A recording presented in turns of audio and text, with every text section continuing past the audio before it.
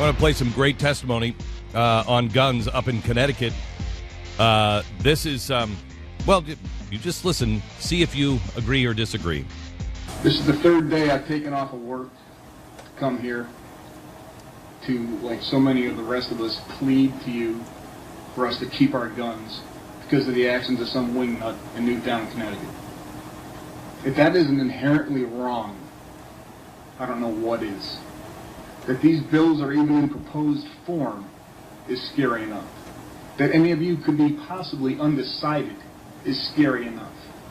What are you looking at? I applaud those that took so-called Firearms 101. But I can't for the life of me understand how this state can have as many gun laws on the books as it does and have members of its legislature need to take Firearms 101.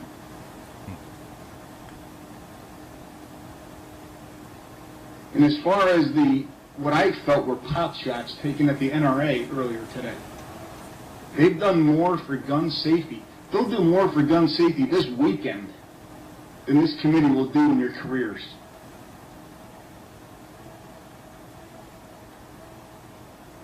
There aren't any gaps in the system every time something goes wrong and every time a crime is committed. Sometimes things are beyond your control. You can't control everything. Evil exists. Adam Lanza commits a crime, and I'm here to grovel and plead for my rights and explain to you that my firearms are kept safely. I keep hearing the word solution. We need to find a solution. You're not going to find a solution. It doesn't exist. You can't find a broad brush solution to evil. The reason that your jobs are becoming so difficult is that you're coloring outside the lines of constitutional parameter. And that's the bottom line. You are trying to marriage up public safety with constitutional rights. The Constitution did not guarantee public safety. It guaranteed liberty. And sometimes what comes with liberty is tragedy, unfortunately. And that's what happens. This is unbelievable. This is just an average citizen going up and talking in front of the committee in Connecticut. And these guys, they will dismiss him. And, you know, what do you know? You probably drive a truck. I mean, and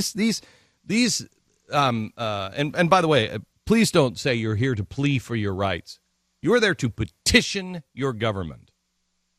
You are there to petition your government. You don't plea for your rights. Yeah, well, I think that was kind of his point, that you expect me to come here and grovel for my rights? Right. When, first of all, the Constitution doesn't protect it's not about protecting our safety. It's about protecting our liberty. Right. It's a great point. He's really, this guy is really nicely good. spoken. Really good. And you know, I'm sure this was taken by many members of the committee with contempt. Who is he to tell us?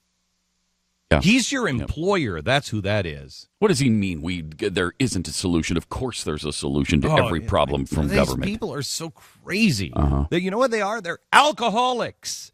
They're alcoholics. They want to control absolutely everything. You cannot control that. There are things outside of your control. And progressives will say that's not true. And when they can't control it now, then they'll start to reach in to genetics, and they will try to control it in the future. I mean, it's crazy the lengths these people will go to for one word: control.